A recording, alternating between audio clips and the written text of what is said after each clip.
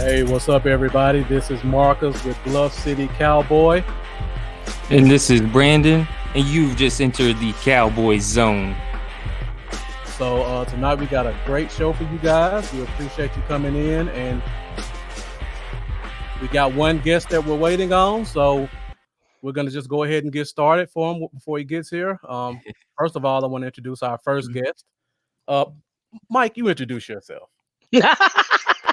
Yeah, well, I mean, you guys know me. I'm Mike from UK Cowboys, and we do UK Cowboys TV. Yeah, I mean, I've known Brandon a long time, and I've known you, well, for a couple of days, and we've been talking. So it's good to finally be here and be with you guys. I did say when Brandon come on the show, I'd return a favor, so here I am. I appreciate it. Yeah, Mike, we really appreciate you coming on. Could you let the fans know where you are and what time it is there right now? Yeah, well, I live in Wales, South Wales. It's just gone 2 a.m., but this is just normal time for me. This is basically when we do like Monday Night Football. This is what time it is. So get on the coffee. Yeah. So shout out to you guys, you and Paul for that, man. Because 2 a.m. out here, rocking with us. That's awesome, man. That's a dedicated fan for you right there. Call at 2 a.m. and talk about his Dallas Cowboys.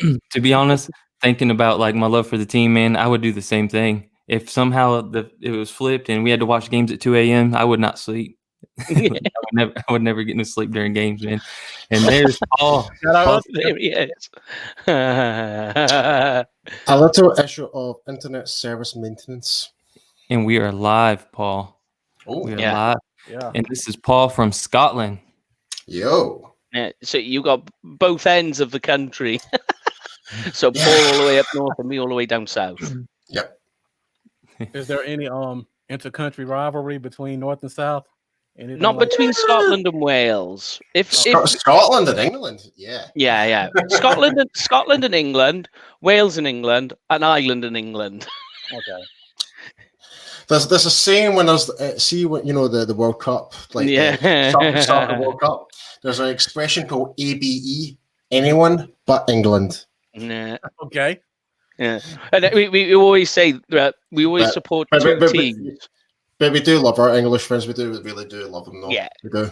Yeah, of course. I mean, like with UK Cowboys, I mean, we got Jamie, and he's like my baby brother, Jamie. He's more like my drunken brother, to be fair. And that too, yeah. What's up, Jeffrey? What's up, Carrie? Nah. Thanks for tuning in, guys. Yeah, we always say like over here, there's always two teams I support. One is Wales, and the other one's whoever's playing against England. Sounds about right. Yeah. All right, guys. Before we get into Cowboys talk, I just want to make sure you guys are doing well where you are. Your families are doing okay. I know we're in the middle of this whole COVID-19 epidemic, and I'm just wondering how things are across the seas. Well, we're still in lockdown. Okay. Yeah, we are too. Yeah. It's of lockdown. It's pretty crazy. I mean, the thing is I think it's the same for us as it is for you guys in the States. That it's so crazy and random and out there, and it's not anything that we're used to. So even the governments and hospital services, emergency services, they're just all trying to figure it out as they go along. It's just wild. I mean, as long as everybody's doing their bit, they're staying, they're doing that social distance thing, and you're staying clean and sanitized. That's the best you really can do. Do you know what I mean? Right, definitely. I mean, what's it like for you guys in the States? Your family staying safe as well? Mine's all good. I'd say it's really different from state to state out here. Some states out here is almost like a different country in a way. where we're such a spread out huge country, man. You got some states that take it to more of extreme, then you got some states that aren't quite as serious about it. Right. I have a friend that's in California. Yeah. Feels so bad out there. I had to actually mail her tissue. What? Seriously? You could not Wow. find toilet tissue, and she almost couldn't leave the house to go find it. So I had to actually mail her toilet tissue. That's insane. Is it? Do you find, because you've got all the extremes of weather there as well? Like hot, cold, tropical, desert. Is it like the warmer states are finding it easier than the colder, or is it just like flat across the board? It's all the same. I'm not really sure, honestly. Sure. I don't think it's really more about the weather. It's more about just population density. Yeah. Brandon and I both live in the South, so we both have the ability to have nice plots of land. It's kind of rural, so you spread out a little bit. Then you've got cities like New. Oh yeah. Yeah, then you've got cities like New York, which is overpopulated. It's like, yeah, exactly. It's like, And out here, at least in East Tennessee, man, everybody's pretty much going about their business like nothing ever happened. I mean, you can't even tell in some areas out here. Trust me, we've got some places up here as well. We do. But, and we all just hope football's back on time. That's all. Amen to that. I hope so, because I'm planning flying over. So yeah. That's right. Well, hopefully I get to fly over fairly soon and join you guys in Tennessee. I want to get on the moonshine and the whiskey with you guys. Yes. Yeah. I told them about Gatlinburg, Tennessee, out here on the east side. We got this Old Smoky moonshine. It looks amazing. Yeah, it's pretty cool. It's pretty cool area, man. Love a good moonshine. Oof, yeah. So Mike, I mean, behind you, I see Texas A&M. I'm sorry. I've been wondering, is that Texas A&M? Yeah, that's A&M, yeah. How did you become a Texas A&M fan? I was actually, at the first football game I ever went to was a Texas A&M game, not a Cowboys game. And I was in the Air Force, and we came over to Washington, D.C. to do some UK, USA military sort of, what's the word I'm looking for, military training together. Right. And one of the things we did is we had a 2-week R&R, and he was like, "What do you want to do?" And I was like, "I gotta go to Dallas. I gotta go and watch a game." And we went there, couldn't watch a game. This was bear in mind, 2002, so AT&T wasn't even built, and there's no social media, and I didn't have a clue what I was doing, and I was on my own. And I ended up, it was in the evening time. No, it wasn't. It was the morning time. That's right. I went in the evening, and by the time I got to Dallas and with all the things that were happening, it was the morning. And I can remember talking to a guy, and he was like, "Oh, well, you can go watch an Aggies game." And I was like, "What's an Aggie?" And he was like, "Football." And I was like, "Not Cowboys?" And he was like, No. He's like, "I tell you what," he's like, "I'll take you to where a taxi place is. They can take you to a place where you get the tickets, and they can tell you where to go from there." I was like, "All right." By the afternoon, I was in the middle of Kyle Field with a beer in my hand watching the Aggies play, and I was like, "There we are then. I'm an Aggies fan." That's awesome. That's probably one of the best experiences you can get for college football, because they have the band, and it's ridiculous. Oh, it's an amazing stadium. It's massive. If that's one thing that it does amaze me, is the capacity of college football. I would say that's more popular than professional football. Yeah, it is. Oh, definitely. Yeah, for sure. Especially SEC country out here in the South. Yeah. And if that's one thing I still need to do, is actually go to a college game. I don't care what team it is. I just want to experience it, just to see the band's parade and everything. I want to see everything. Yeah. And you know what's crazy is, when you go to a tailgate, it is cool. It is really cool. But you find in college, unless it's rivalry, unless you're playing a rival, but you find in college, it's more together. Everybody's together. There's not this big us against you sort of thing. And that's more me. That is everyone together sort of thing. But I made some good friends while I was in. One of the guys who I was friendly with actually works. He doesn't work for A&M. He works at the stadium, so get in contact with him every now and then. And I'm like, "Can you get this player's signature for me?" He's like, and I shouldn't be saying this, but he's like, I can't really do. I was like, come on. And he's like, "Let me talk to you later." And I'm like, all right. Hopefully he's not watching this, and I haven't got him in trouble. I think you'll be okay there, Mike. Yeah, I should be all right. He'll forgive me. And I like the shirt you chose today, the Jason Witten. You know, yeah. He's from 20 minutes down the road from where I'm at right now. Oh, that's right. Out here in East Tennessee. Yep. I forgot Tennessee. Yeah, that's right. His brother Ryan Witten does, which I'm hoping to get him on here soon. I'm gonna ask him if he wants to come on the show. But he does. He has a training facility out here. Yeah. And every once in a while, I take my son out there and do some individual training with them. Really cool family, man. They do a lot in the community. That's really pretty cool. That's people. awesome. So what does he have, like a gym and all of that then, does he? Yeah, they got a Star Fitness facility out here, indoor. Is he a Cowboys fan? I would assume so. I've never asked him, but I would assume so. Hopefully not to switch to the Raiders. Yeah, that's what I was just thinking.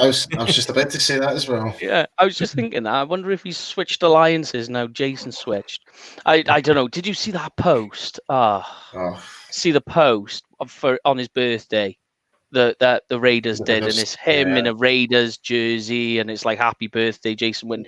It just looks so wrong. Made me want to vomit. It's bad.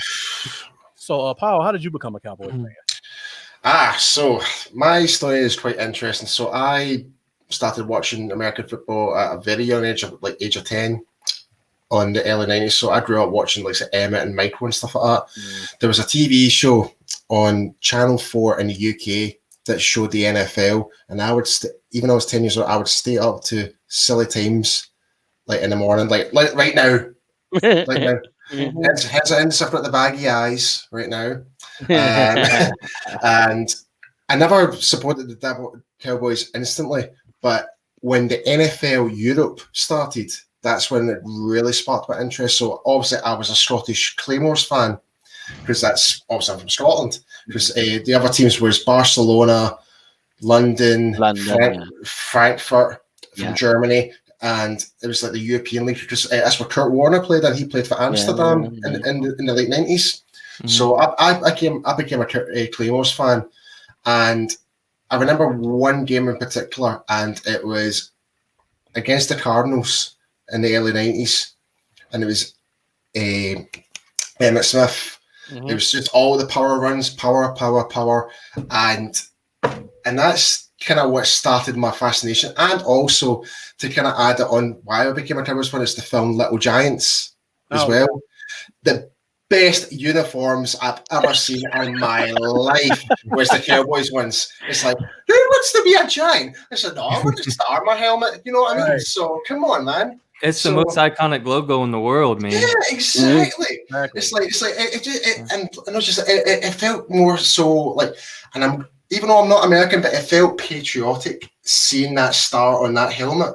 And I was like, I need to root for this team. I need to. Oh, wow. Oh, thanks, man. That is patriotic to wear a star on your head. Yeah. That doesn't understand that. That's right. Right. Yeah. On the heart.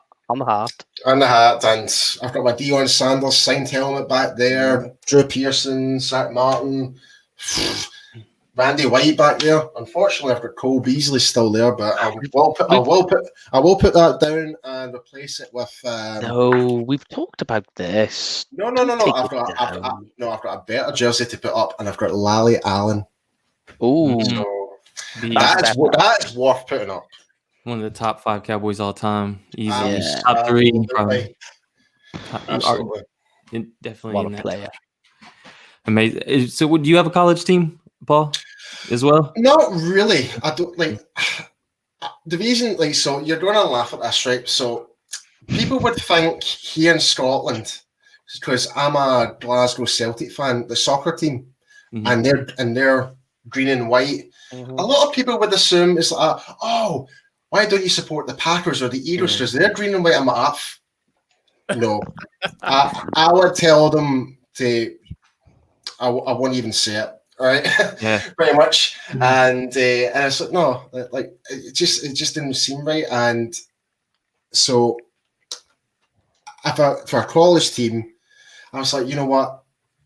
I need to find a team that is kind of like green and white, just to kind of do that anyway. And I found the Michigan State Spartans. Right. Not. So I kind of followed them for a wee while, but to be honest, I've not really kept up with it. But I do need a Texas team to support. That's the thing I need to do. Yeah. Baylor's the way to go at the moment. They seem the best Texas I college was team. just about to say Baylor. The Baylor Bears. Yeah, they're the best Texas team at the moment. Unbelievable. I do like their uniforms though. It's pretty nice. And Marcus, you never. I don't think you know my college team yet, do you, Marcus? I And don't. this is dangerous now in Tennessee, Okay. especially in East Tennessee, close to Knoxville. Is it not Peyton Manning's university? No, here we go. Look. Gators fan? Wow, I never expect that. But if you think about it, it's quite simple. Why? Think about it. Who played for Come the on, Gators, and when was I a kid probably watching football? You've already mentioned him, Yeah. Emmitt Smith. Smith, right. Yeah, that's true. Now, Michael Irvin's actually my favorite player, but the way that worked out is as a kid, 3 of my favorite trading cards was 3 of my favorite players at the time, which was Deion, Michael Irvin, and Emmitt Smith. And I basically just went off of the 3 teams they played for, and I narrowed it down to Florida State, Miami, and Florida. And I was like 6 years old, and I was like, Florida's got the coolest colors in my opinion, and their logo is just beastly. The Gators, this awesome logo. Yeah. I just randomly just picked it up as a child and stuck with it. And the national champions. They've been national champions. Yeah. So Very A successful winning team. college team. Yep. yeah. And a lot of people don't realize the craziest thing too is thinking back to when Tebow was there. Cam Newton was actually there at the same time, and that's wild. Yeah. Right?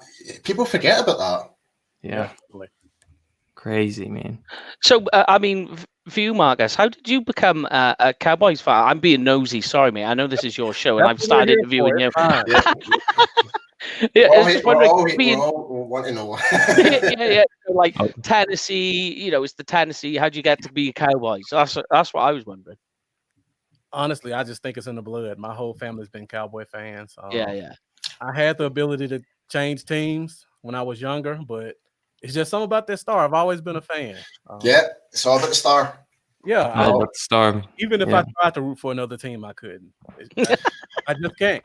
Oh, I could. If the Cowboys somehow were taken out of the NFL, I don't even know if I could watch NFL the same. Like I couldn't love it. I couldn't love it the same. There's no way I could. The only time I ever supported that other team was probably the Patriots against the Eagles, and look what happened there. Yeah. That was the worst Super Bowl ever. Not because the Eagles were in it, but because the Eagles and the Patriots were in it. I was just like, it was a lose-lose. Yeah. I'm trying to remember who was in the other the games. Like, so England beat Jacksonville. It would have been Minnesota and Jacksonville if it was the other 2 teams. Right. That would have been interesting. Yeah. Yeah. You as a Cowboys fan, you could stand that a bit more. Oh yeah, that would be quite an entertaining game because back then that was quite 2 teams that were on fire back then. Right. It was like it was like Tennessee last year. Yeah. Looks like we had a Gators fan and a Vols fan in the chat watching it when I brought that up. Oh no, not a Vols fan. Ugh. I said that to you, didn't I? I was like, please don't ever tell me you're a Vols fan. And you went, and then you went worse. You went, I'm a Florida Gators fan. I was like, oh no. I'm in enemy territory, man.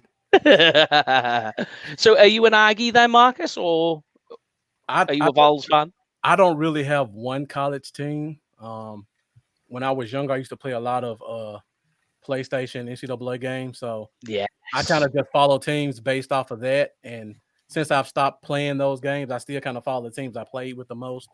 So I mainly follow Clemson. Back then they were terrible, but now they're a good team. So people think I'm a Ravens fan, but I'm not. I follow Michigan, I follow UCLA, and I follow Missouri. Missouri, some really good, a lot of good defensive players have come out of that school over the years. So, but because of that, I get to watch a lot of college football because I'm not just zoned in on one team. Yeah, so, man. Yeah. I tend to know a lot more about college football players than most people. So that comes in handy during the draft.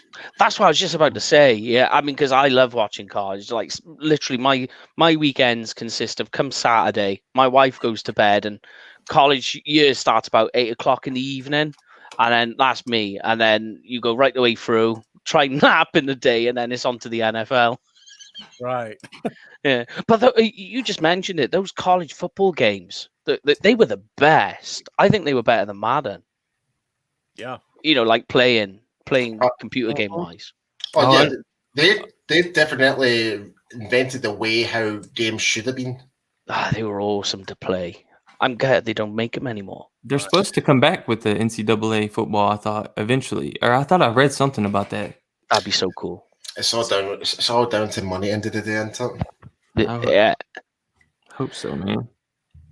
It's one of them because it's college. It's finicky territory, isn't it? Because they've got to pay for rights, and it's college football. And I know that they're on about paying college players now. Well, bear in mind, EA Sports, it does Madden. They actually have some of the rights to the college teams because remember seeing the storyline mode where you can select your college. So they've got the rights to those teams. So it's going to be it's more of a contract. I would say it's more of a contract issue if they were to try and do a new game for NCAA, because those teams are licensed to be part of EA Sports. It'd be good if they could figure it out. Unless EA Sports actually developed the game, that's the only thing I can think of. Right. Yeah. So now that we all know kind of how we became Cowboy fans, I know you guys have a pretty big fan club over there as well. Yeah. Oh yeah. You kind of talk about your fan club, how many people you have, some of the stuff you guys do. So I mean, we've going off all of it. So we've got our own Twitter, Facebook, and Instagram, YouTube, and podcast as well, and all of that.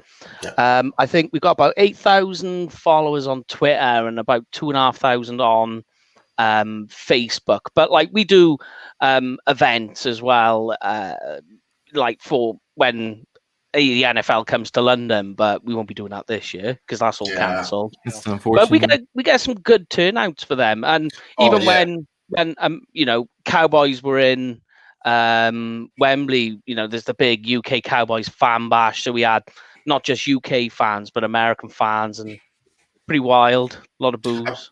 I think we should definitely mention our homecoming party during the London game 6 years ago.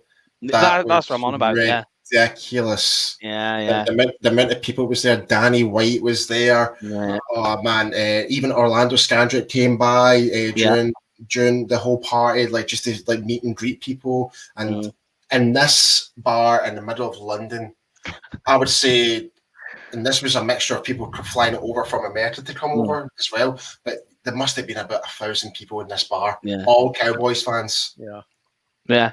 It was ridiculous. Hellman was there. Hellman, Shannon Gross, a really close friend of mine. Yeah. That's how I first met Shannon. He challenged me to a drinking game, and I never backed down. And ever since then, we became BFFs. I listened to a lot of Hank with the Boys. I think he talked about that. Yeah, he did. Yeah. I'll still never forgive him using my voice as a sample for his adverts for. Yeah, Tommy Johns. I'm still waiting my free. I'm still waiting my free pair of Tommy Johns. By the way. Tell him about the hat as well with Nate Newton. Oh God, yes. I love a Nate Newton story. Right, so in Scotland, we've got a traditional tartan hat with a little bit of like fake ginger hair coming out. We call it a CU Jimmy hat. And I thought it would have been like, so I brought some gifts towards hanging with the boys. It's on YouTube and that as well.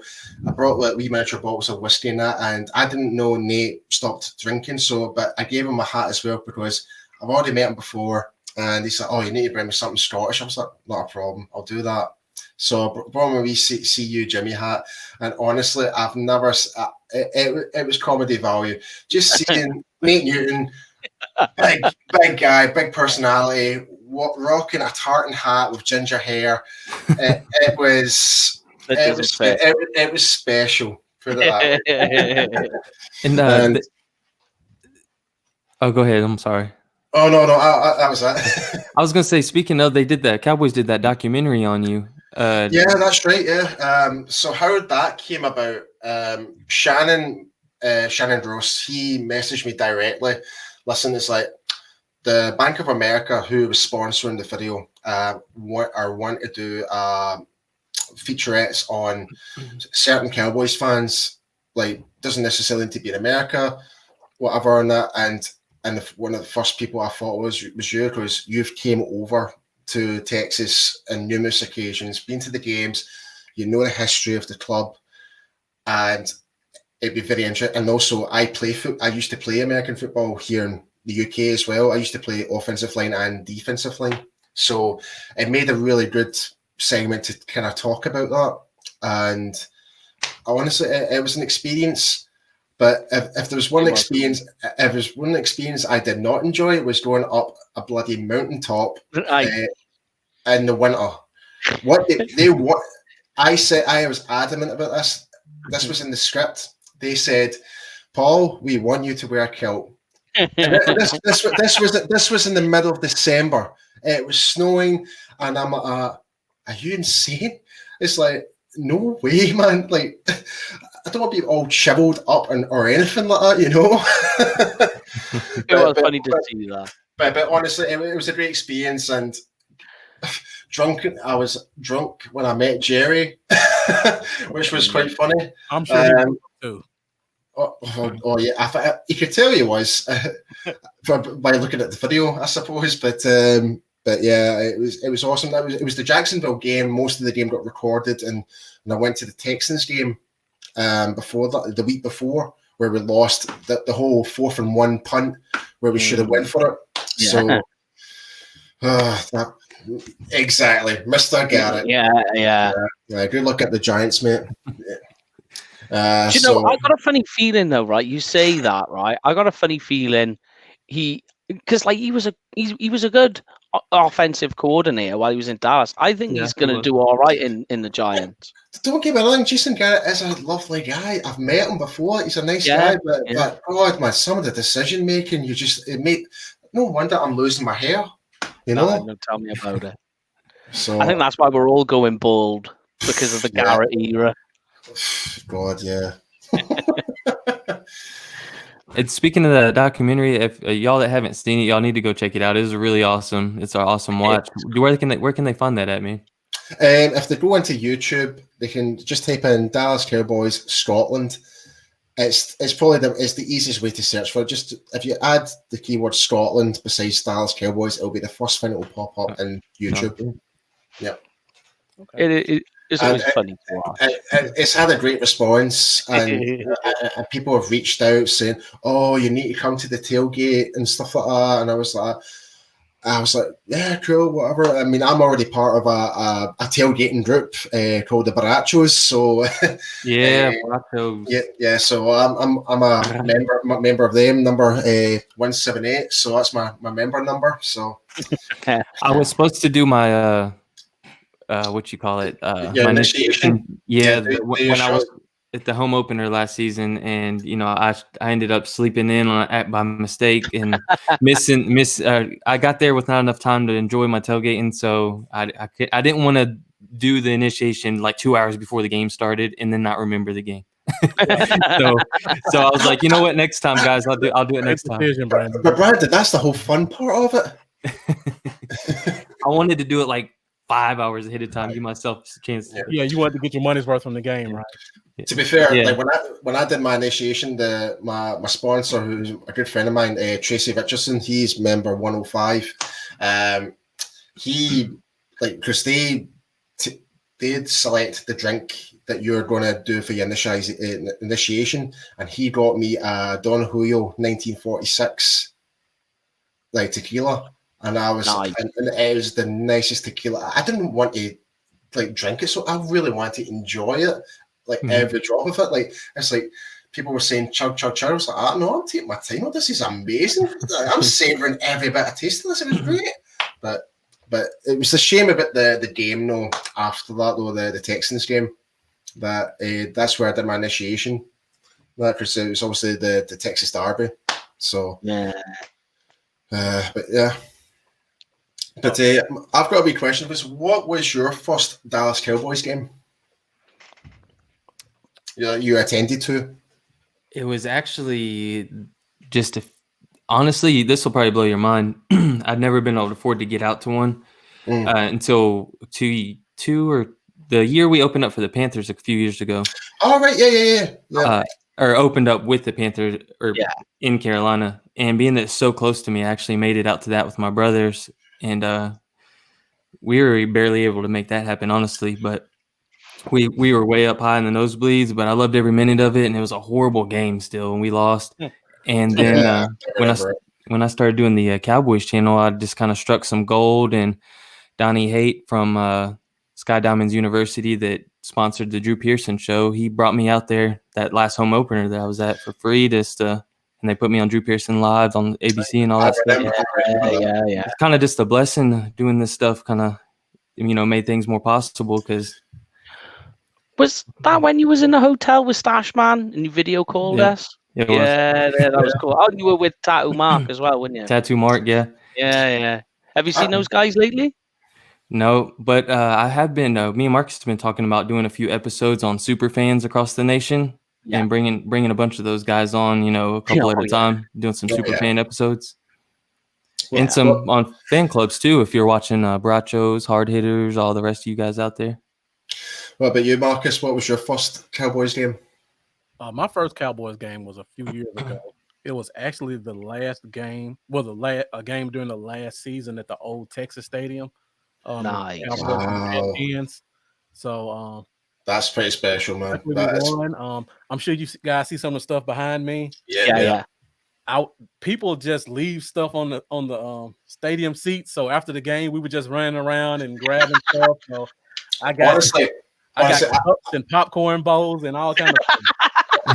Honestly, I'm the exact same. See my whole cabinet back there. It's all full, like even from not Cowboys related, but it's like Dallas Stars stuff as well. Like anything I feel as though it's a bit of memorabilia from a memory I'm going to remember for the rest of my life. I'll take it. Right. So that's awesome, man. People come to my house and look in the room I'm in now, and they just think I bought a lot of stuff. But honestly, I just go to games and they give posters. Those little foam hands. I just grab stuff and put it up. Honestly, it's actually quite amazing the amount of free stuff you do tend to receive at games now. Like you get lineups and posters and stuff like that. Like they just hand them out. And that's all about the fan experience as well. It's just making you feel like more invested to be part of the team. Like be a fan. Yeah. I want to give a shout out to my guy Jeff that's watching too. He was there with me. It was a great experience for all of us. Before we talk about Cowboy stuff, you guys mentioned a podcast. So can you talk about your podcast before we talk about some of the Cowboys news and players and things like that? Yeah, sure. I mean, we've been going, literally, it'll be a year in the next few weeks. We started it in June. And funnily enough, we had two guests on. We recorded our podcast earlier on this evening, so this is the second time me and Paul have been together tonight. And we had our two guests on, and we asked them the same. We were like, how did you start your podcast? And they were like, oh, we talk Cowboys, so we just thought, well, why not? Let's just record it. And it's exactly the same thing. So we all talk, we're on a group chat and we're all talking Cowboys and giving takes, and it's just like, well, why don't we just record our rants? We're drinking beer, we're drinking wine. Let's record what we're saying and take it. Yeah. But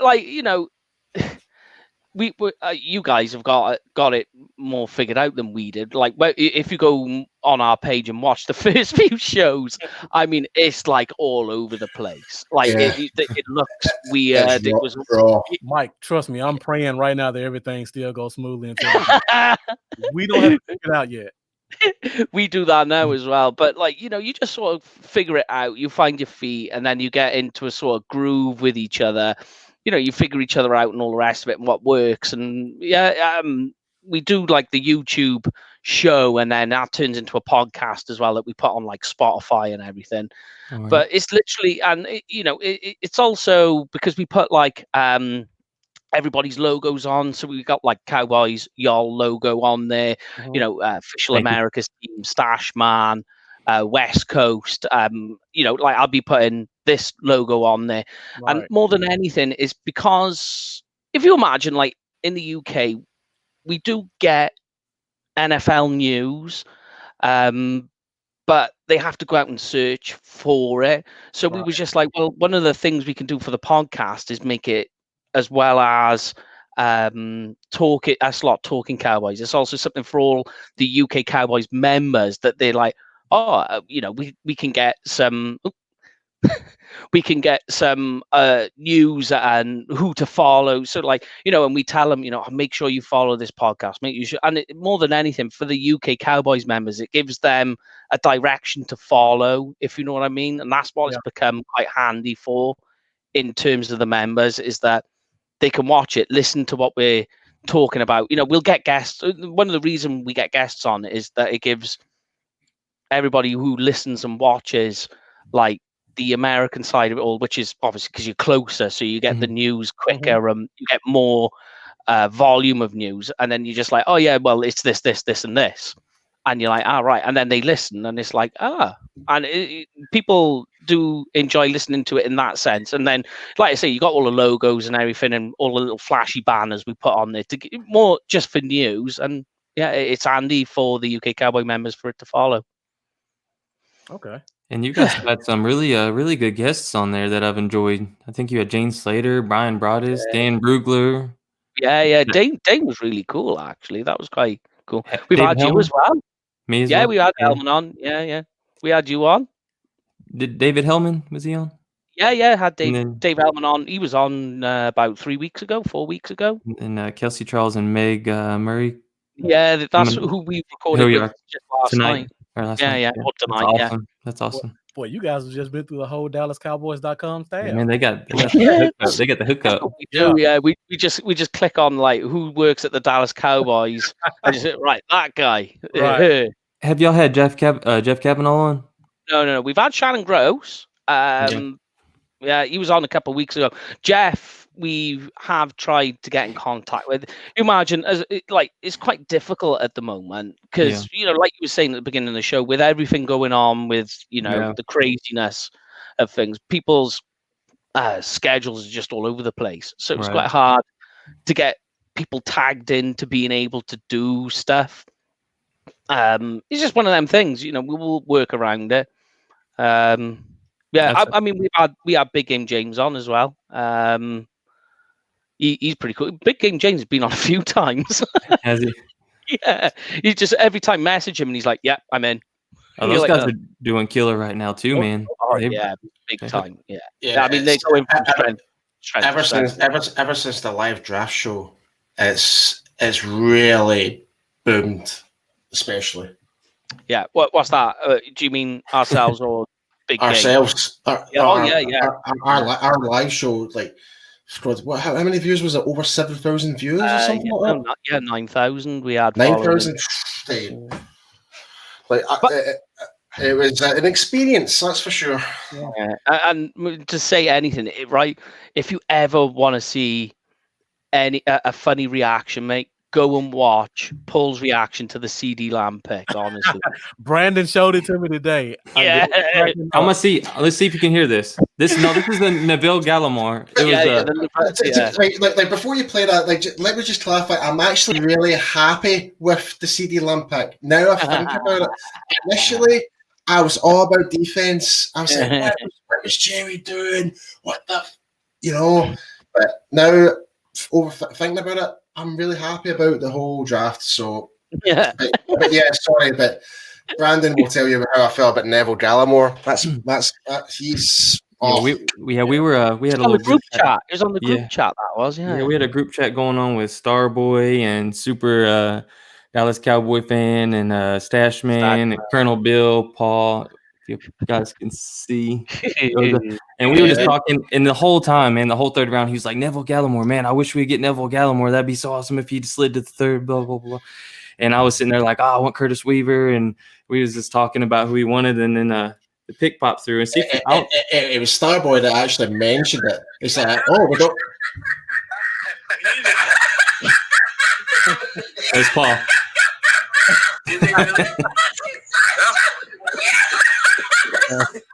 So that was about how he felt about the Neville Gallimore. Yeah, so that was like 3:00 in the morning, and my neighbors were moaning the next morning, saying, "What the hell was that noise?" So I'm I have no idea. So I just blamed it on the cat outside, but the ball.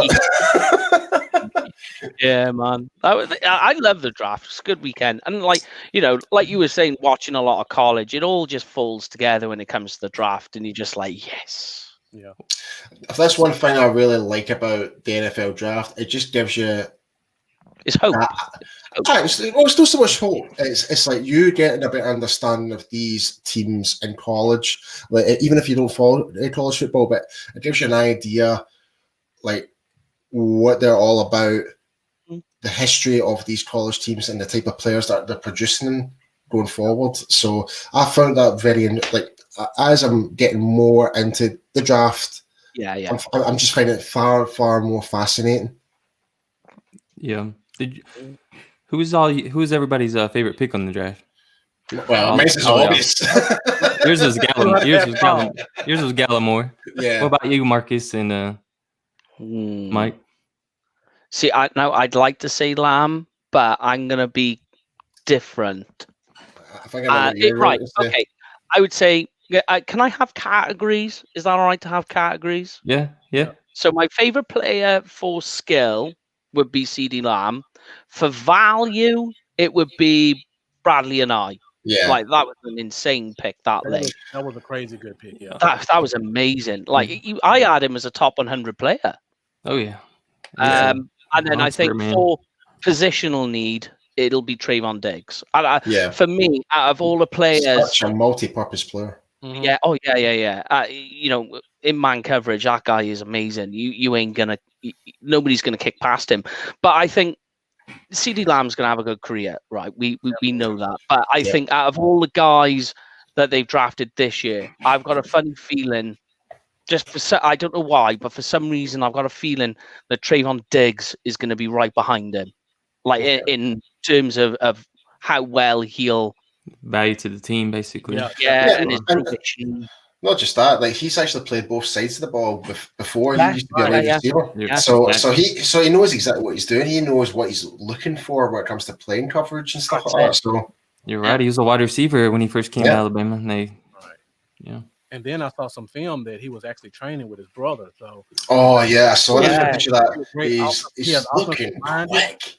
He gets to play against one of the top receivers in the NFL right now. Anytime he wants, all the tips he needs. Right.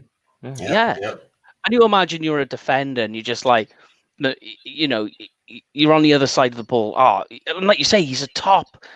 Like you say, Marcus, he's a top wide receiver. Like probably in the top 20. Wide receivers. Yeah. I would. You're talking about Stephon Diggs. Yeah. Oh, I would say, top 20, yeah, for sure. Yeah, easy. So you think about it. That's a top 20 player in that position in the world, if you want to look at it that way. And he, like you say, he gets to learn, and like what works, what doesn't work. I'll try this, and his brother can tell him, look, don't do that because that's too obvious. Imagine how. Like, just even family get-togethers, all right, let's grab a ball. Come on. They're going to do it. They're going to, you know what's going to happen. We would do it. And speaking of Stephon, man, he posted about his brother going to America's team is what he said on the tweet. And those Bills fans were hitting his comments up like, America's team? You play for the Bills. Like, they were mad, man. I was like... I had fun on that comment thread. I was just like, Stephon's a Cowboys fan, just like Drake, just like his brother, man. Exactly. That's what made the pick even sweeter, seeing how much it meant to him to be drafted by the Cowboys. Oh yeah. Kind of going off topic when it comes to who's a Cowboys fan. Yeah. See, if there's one Cowboys fan that we do know, and completely different sport, is LeBron James. He is a Cowboys fan. Am I right? Yeah. Yes. and I'm going to call him out for Shannon Sharp on Undisputed. He calls like LeBron's the greatest, and he mocks the Cowboys. He's like, how does he feel the fact that his favorite player is a Cowboys fan? That's all I want to know. Yeah, man, these guys they get so many views off of talking bad about them Cowboys. definitely. But I mean, you didn't get to answer, Marcus. Who's your favorite draft pick? For me, Trayvon Diggs. I never Trayvon expected him to be there at 51. I mean, I thought we would have to take him at 17 to get him. I was almost certain by the time they got to about 25, 26, we see him off the board. So, I'll be honest, I really thought we were going to go for Kayvon Chasen. That's what I really thought we were going to draft. They were going to, too, if Lamb wasn't there. Oh, God, yeah. Per the sources or reports I seen. Yeah. And Jerry just came out with his magic hat and just did that. I actually heard that they wanted to trade out of that pick, but they never got the call. Yeah, they were trying to, but something happened and then the trade fell apart. You know, it's just crazy, like you said, with the Diggs thing, because I was sitting there thinking if Lamb wasn't there, I would have been okay with Diggs as early as we had picked. And then to see him go all the way to 51, I just started running around the house in circles when we picked him, man. I did the same thing for Lamb. I thought I was going to have a heart attack with those first two picks. See me really do break it down. Nearly every draft pick, it's like they just fell into a lap. It was like, is this like what is going on? Like, because we all had these guys rated far higher than that, and they just all seem to fall in our lap. But oh man, it's crazy. It was, a crazy draft. We did a I never thought we were going. Yeah, I had a feeling that we were going to. Yeah, we did a piece on Kayvon Chasen. But that was who I mocked to us as Chasen. I did as well. That's right. I remember me and you talked about our mock drafts, and they were almost exactly the same. Like the reason I thought about that is because we lost Robert Quinn. Yeah, and someone to take the pressure off getting like Demarcus Lawrence getting no more double teams anymore, so they can focus more on the interiors and focus on the other side. Right. So that's why I was kind of thinking maybe D-line. So let's talk about one of the picks that everybody kind of overlooks. And that's Reggie Robinson. Yes. What do you guys think about him? What did you think about him at the time? And what do you think about him now that you've actually got a chance to kind of see him and see what he does? Initially, I did not know anything about him. Right. I'll be perfectly honest. I did not know anything about him, and it wasn't until Mike told me, he's like, "No, you need to watch the footage of him." So Mike kindly sent me some of his highlight reel, and man, it's a really good safe pick. Like very rangy. Yeah, very rangy. He covers the ball well, and he can make plays. That's what more do you want? What I like with him, right, more than anything, is that you could play him outside. I don't think he's got the speed to play on the outside, but I think he gives you an option where you could, given certain situations if needed be, you could play him as that, like that safety corner hybrid. Right. So you could cover the tight end and the slot. Go on, Marcus. Sorry, mate. I was just saying like a rover or a wild card. Yeah, he's perfect for it. He's got the build, he's got the range, and the movement skills, and I can't remember who we were talking to, and I said, look, if you want to know what sort of player he is, then just go to the NCAA stats for the year and look how many pass deflections he's got. He's like right at the top. He'll be a beast on special teams too. I think he blocked a kick like every season he was in college. He blocked a kick. Mm-hmm. I'll tell you what though, if that's one thing I'm actually quite excited to see is the transformation of special teams. Like we saw what our coordinator did for the Rams over the years. About Bones Piper. Mm-hmm. Yeah. I mean, and I tell you another crazy thing with all the draft picks you're talking about is all of them, virtually not all of them, but like when you look at some of them anyway, like your wide receivers and the defensive backs we've got, they've all returned kicks. Yeah. Mm-hmm. Yeah.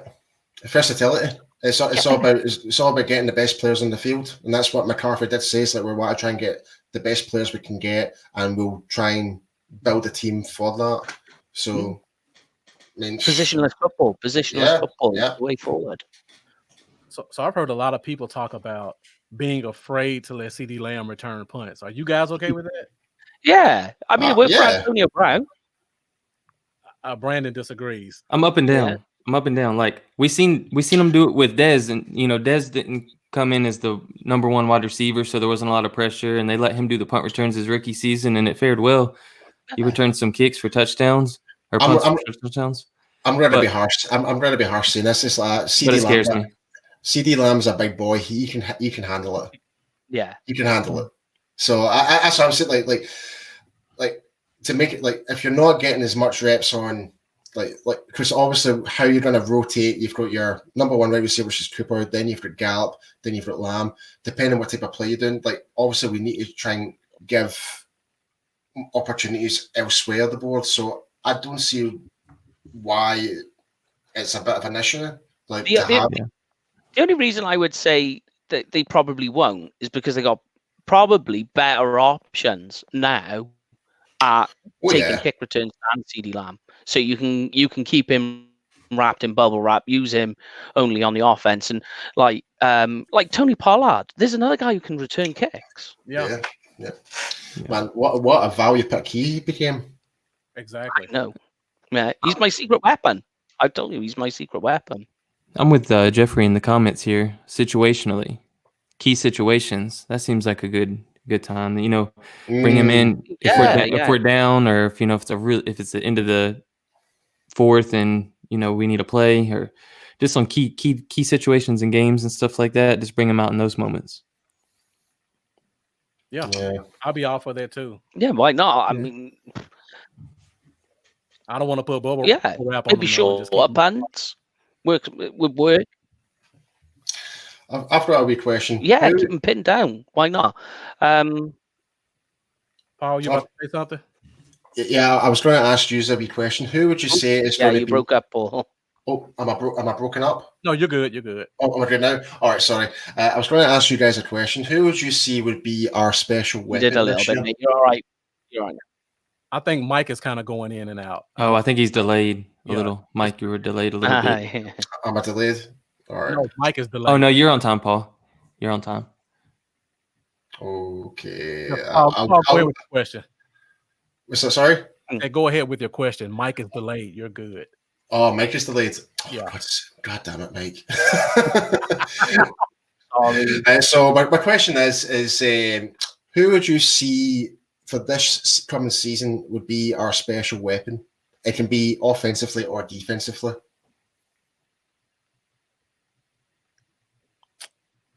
I'll go first. Everybody else still kind of think. Thank you. I think it's Pollard. Yeah, that's what I went for. That's what I said. Play receiver if you need him to. He's a returner. If Zeke needs a breather, he can come in and give you 5 yards of carry. He can be as big of a home run threat as Zeke is in the back. Oh, yeah. So you ain't catching Pollard from behind either, man. If you an open field. Like he's gone. Here's one for you, Marcus. Why I said it, right? Because I said the same thing as you. We asked this question earlier, which is why Paul's saying it, and I said Tony Pollard as well, Marcus. But tell me, right? Think of this: you're on third down. You take Zeke off. You've got Cooper, Gallup, and CeeDee Lamb all out playing out. You're trying to get the yards. You put Tony Pollard in. Now, as a defense, what the hell are you gonna do? Right? Do you bring the safety down to try to cover him, or do you put a linebacker on him and just watch him get turned around? It's impossible to figure out. Like honestly, if they work it out right, Tony Pollard. I'm with you, Marcus. Tony Pollard is just gonna explode. He's gonna have a better season than he did last year. The options are endless. This offense is scary, man. Talent wise, and I'm so scared that we're all hyping it up so much, the whole Cowboys nation. Yeah. But how can you not hype it up, man? Like on paper, I just look at it and I'm like, wow. I mean, we were first in yards last year, right? Yeah. And then all we're doing is adding CD Lamb to that, Right. and letting Blake Jarwin loose. Oh, That's what I was just I'm so happy that he's got that long-term contract, like 3-year contract. Is that your secret weapon, Brandon? Oh yes. Okay. Blake Jarwin. Mm-hmm. Yes, and draft him, y'all. You draft him in fantasy because you can get him in a great spot, and it's going to be a steal because I think he will finish as the 5th best fantasy tight end. I don't even understand why they didn't use him more last year. I know why, because Jason Witten's there, and you don't get Jason Witten to sit on the bench. But I just think you should have just let the guy play. Cool. Yeah. It was missing him.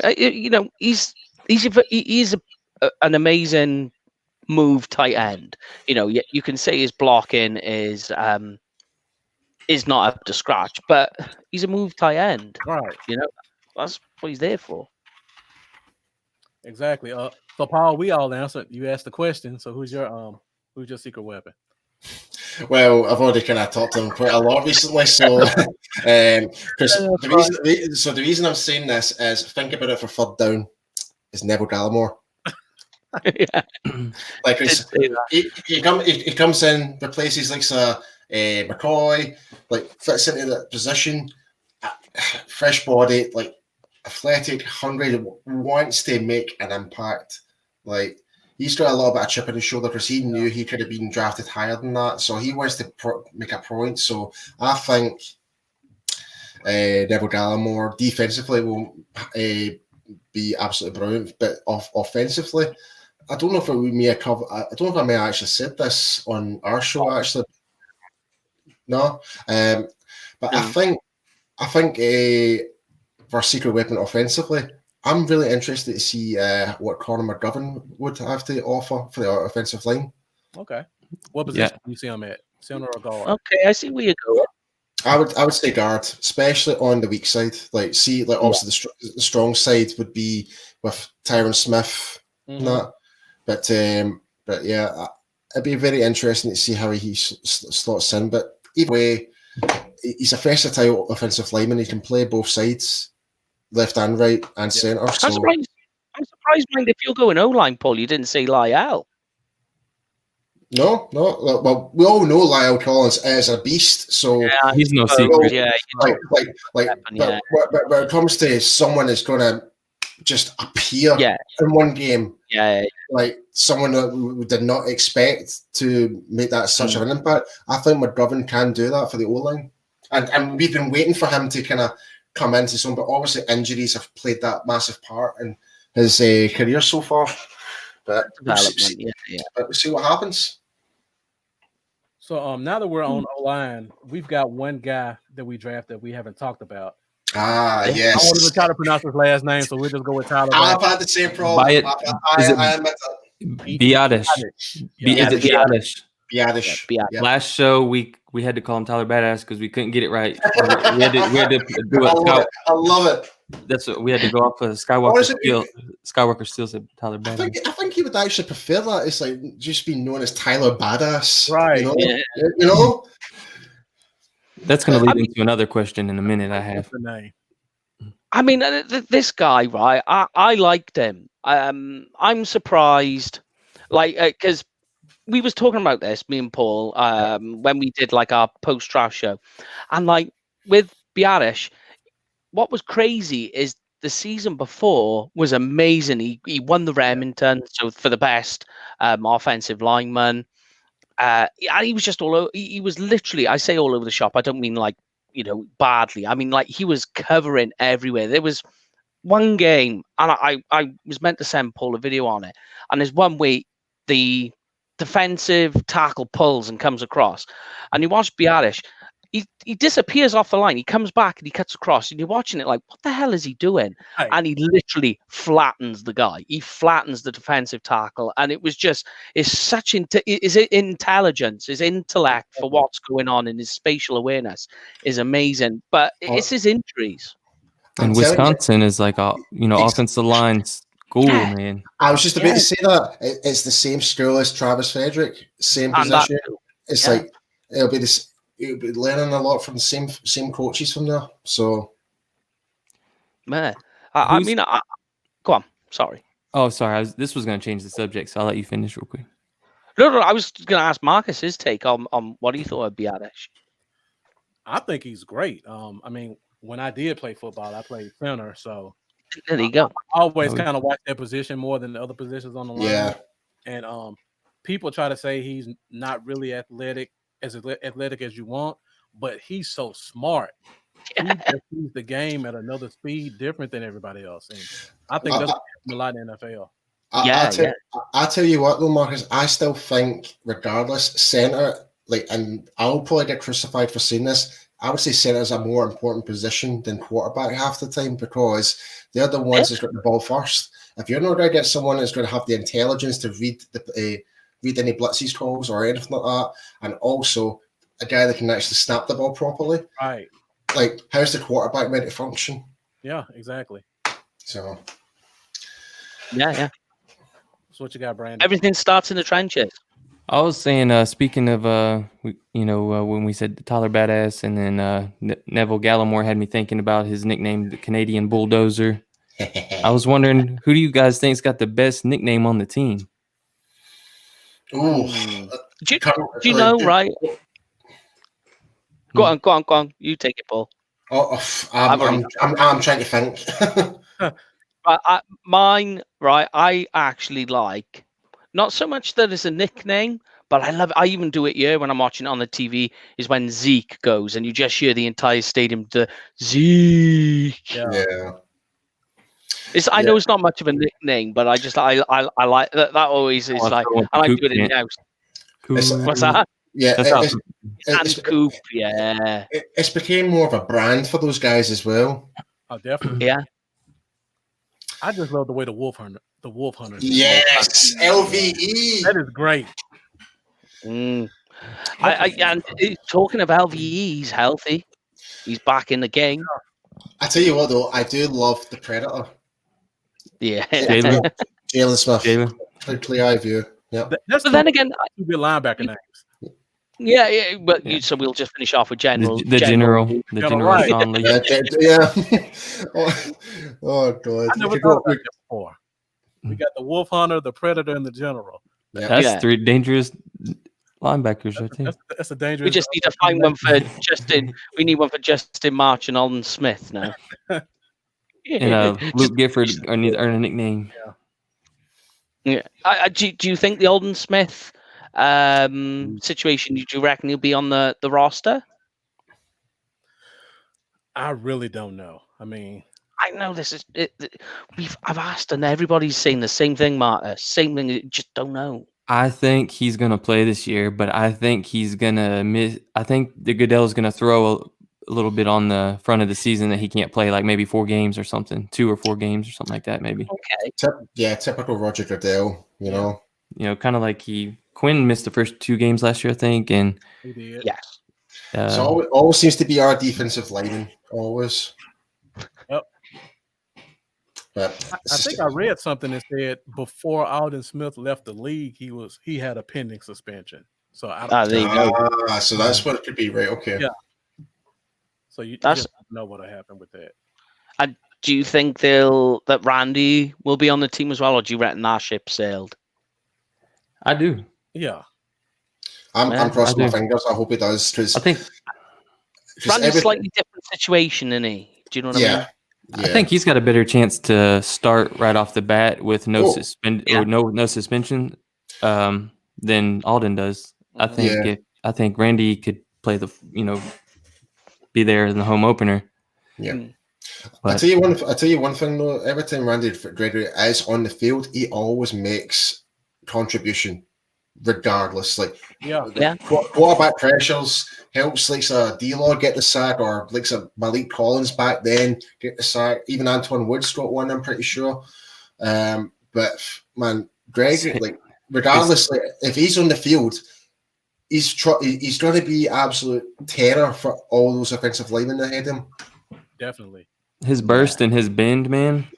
Yeah, that's what I was going to say. How quickly he comes off a mark, mate. If we could just keep him out there on the field playing. Yeah. I think that's all we ask.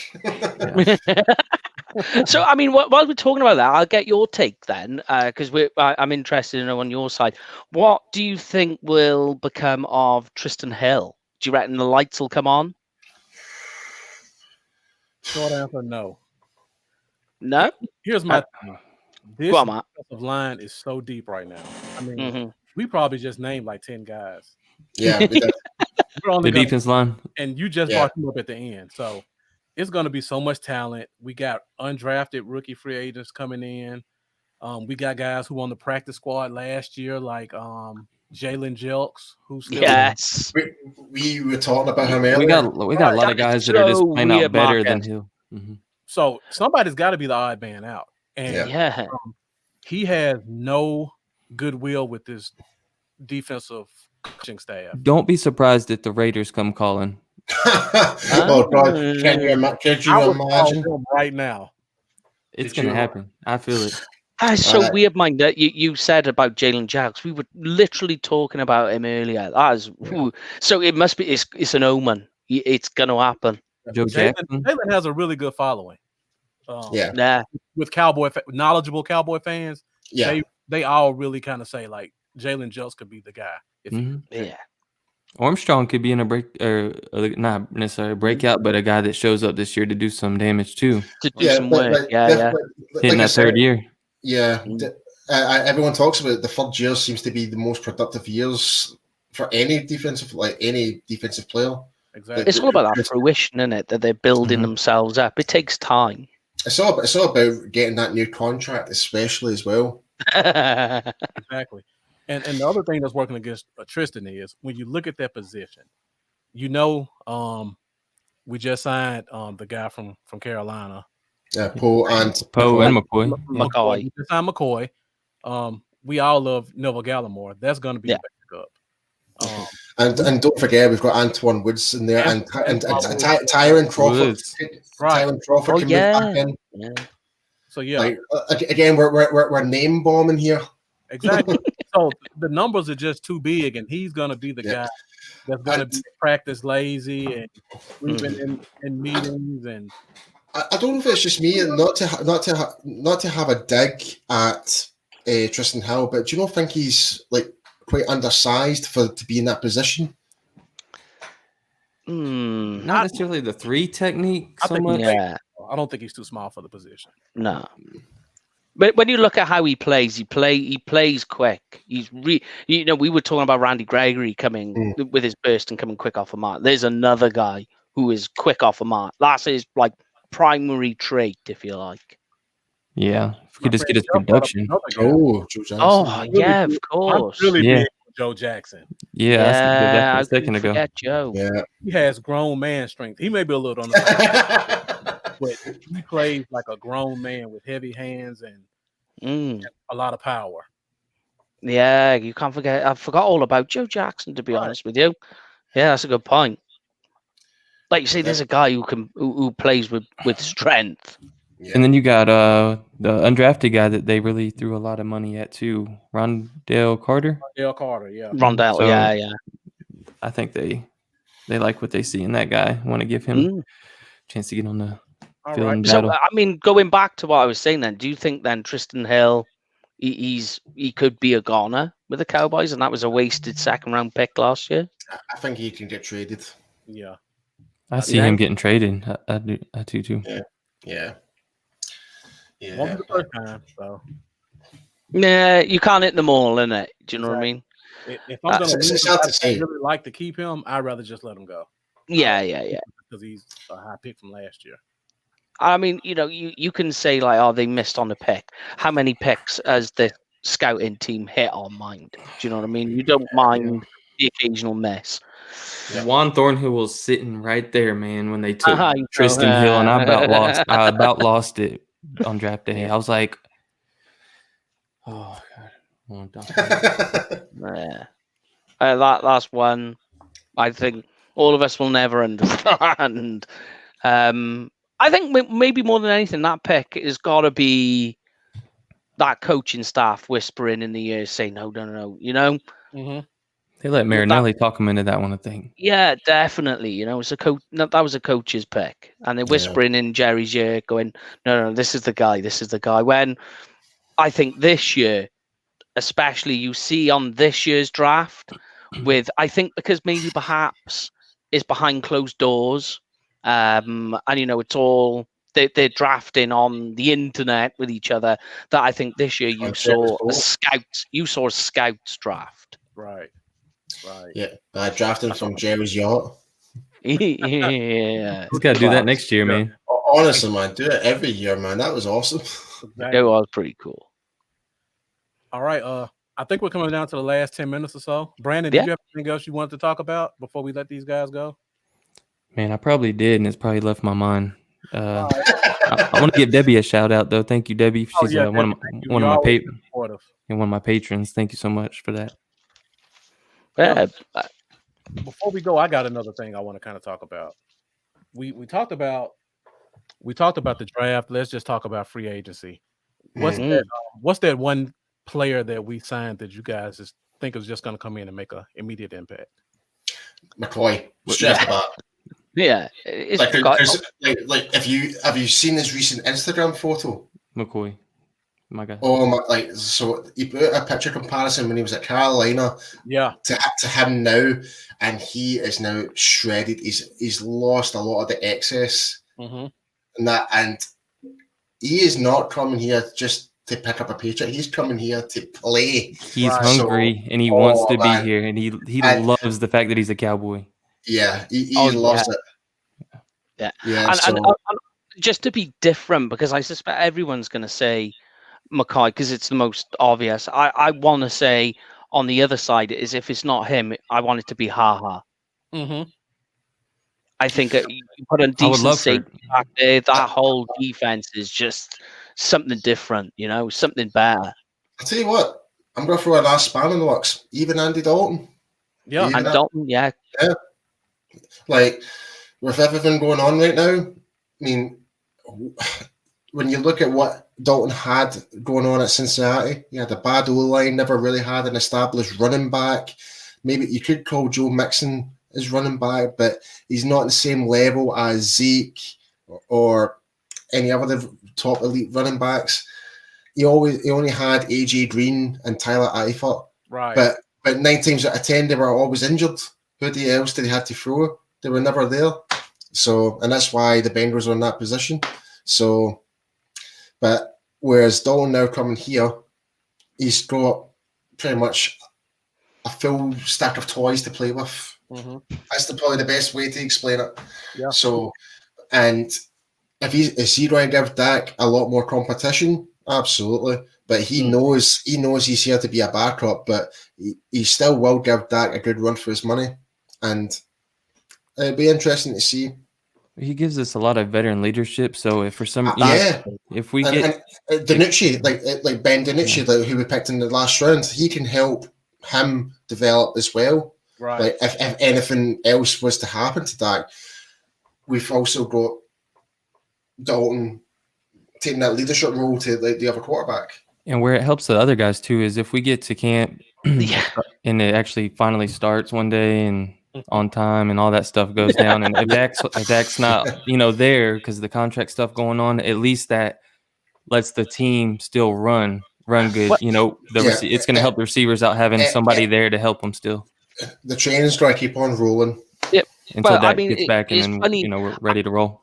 I was actually thinking about the training camp. Let's go off the premise that it is going to happen, and you're at training camp. Think of what they've had in the past, right? As backup quarterbacks, to throw passes to players, right? Yeah. They've had Mike White and Cooper Rush, right? Matt Castle.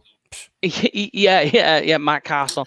All of a sudden now you got Andy Dalton who can be throwing passes to these. So more than anything, I think Andy Dalton in terms of training camp helps these wide receivers because now all of a sudden they can get better because they've got better quarterbacking going on. Right. Yeah, the quarterback room's going to be legit. Oh yeah, because you got Clay Thorson as well coming off the practice squad. Yeah, that's right. Yeah. Yeah, Very interesting. This is probably going to be our most experienced quarterback room. Yeah. Oh yeah. Oh yeah. Yeah. Last time would have been Kyle Orton and Romo. Yeah. Am I right? Kyle Orton. Yeah, that's probably the last best duo, in the room right there. Yeah. You could John easily say Kitna, maybe. John Kitna with Romo too. Yeah, you could go down that road. I would say though, the way it stands at the moment, Cowboys have got the best backup quarterback. I would say. Oh, hands down. I think so. I think so. Some might say Winston. I think Dalton. To be fair, he like I know we're talking about like the Saints now, but Winston could learn a lot from Breeze. He could. Yeah. It's going to benefit him being there. It's a good place to go. Yeah. Oh yeah, it's a good fit for him. Good city too. You have anything else, Brandon? No, but I'll go ahead and spill the beans. If for the few that are watching still, if you are still watching, make sure you tune in Thursday at 8 p.m. Central Time, 9 p.m. Eastern Time, because we have Jeff Kavanaugh, the man himself, coming on the show. Nice. So you guys tune in for that. Team 40 Burger. I'm excited. Team 40 Burger. I like that. So, have you got any other before you go? Have you got any other guests lined up as well, or are you just working through it all? We're bringing on the Dallas Cowboys, one of the flag runners, Stephen Cruz. He's going to come on next week. There's a few that we got lined up. We don't have dates booked with yet. Marcus has got couple of former players. A couple of former players. Nice. Couple of super fans. Some presidents of some large fan clubs around the country. So we really want to this thing. RJ Ochoa, maybe? Yep. He's RJ Ochoa. Oh, nice. RJ, yeah. He's an Aggies fan. Yeah, he is. We talk regularly with RJ about the Aggies. Sorry, Marcus. Oh, no, go ahead. Yeah. Oh, no, I was just saying I regularly talk with RJ, mainly about Aggies than it is Cowboys. Oh, he loves it. All right. Well, before you guys go, can you please give us your social media so people can know where to follow you guys at, look at your podcast and things like that? Yep, it's really easy. It's at UK Cowboys Fans. Yep. And that's literally for everything. And so it's that easy. Yeah, and individually, I've actually put my handle and my name below as IMP Stu. And what's yours, Mike? Is it Toxic Calf? Toxic Taff, yeah. Toxic Taff, yeah. But I think on Instagram it's like the Welsh Cowboys fan. But yeah, I mean, you can catch us on all the social media. It's literally at UK Cowboys Fans for everything, even the podcast, the YouTube. Luckily for us, there's not too many UK Cowboys fans like titles that fit for anything, so it's quite unique. Yeah. Nobody's stolen it, but promise. All right, Brandon, close us out. All right. Hey, thanks guys for tuning in. We'll see you on Thursday. Thanks, Paul and Mike, for coming on the show, guys. It's been a pleasure. It's been a pleasure. And this has been Cowboys Y'all and Bluff City Cowboys, bringing you the Cowboy Zone. All right. Good night, everybody. Night, y'all.